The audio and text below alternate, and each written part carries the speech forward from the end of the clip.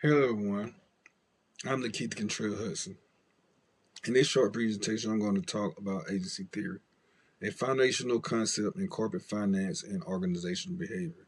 It explains why conflict arises between managers and owners, why incentives matter, and why companies spend so much time designing contracts and monitoring systems. I'll begin with the origin of the idea, then explain why it's important, and finish with current real world examples. The origin of the concept agency theory was formally introduced by Michael Jensen and William Mecklin in 1976 article titled Theory of the Firm, Managerial Behavior, Agency Cost, and Ownership Structure. In this paper, they describe the relationship between a principal, such as a shareholder, and agent, such as a manager. Jensen and Mecklin showed that when the agent's goals differ from the principal goals, and when their actions cannot be perfectly monitored, conflict naturally arises. This conflict creates agency costs, which includes things like monitoring expenses, incentive structures, and loss in value that occur when managers do not always act in shareholders' best interest. This article became one of the most influential papers in financial economics because it had created a formal framework for understanding how contracts, incentives, and governance systems shape corporate behavior.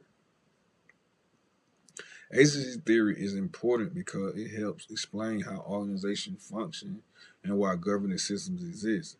It provides a framework for understanding problems such as moral hazard, information asymmetry, risk-taking behavior, and performance manipulation.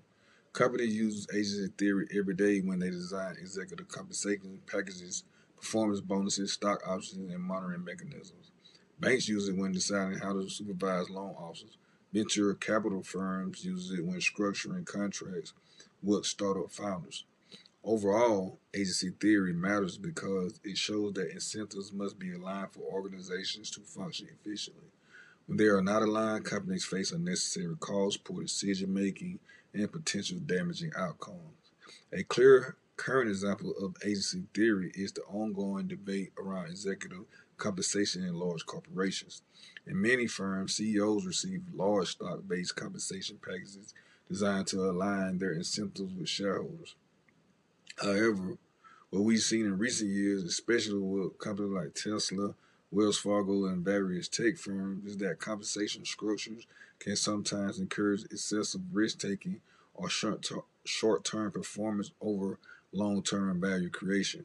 For instance, when executives are rewarded based heavily on stock price performance, they may focus aggressive growth strategies, stock buybacks, or earning manipulation instead of building sustainable business operations. This creates a classic agency problem.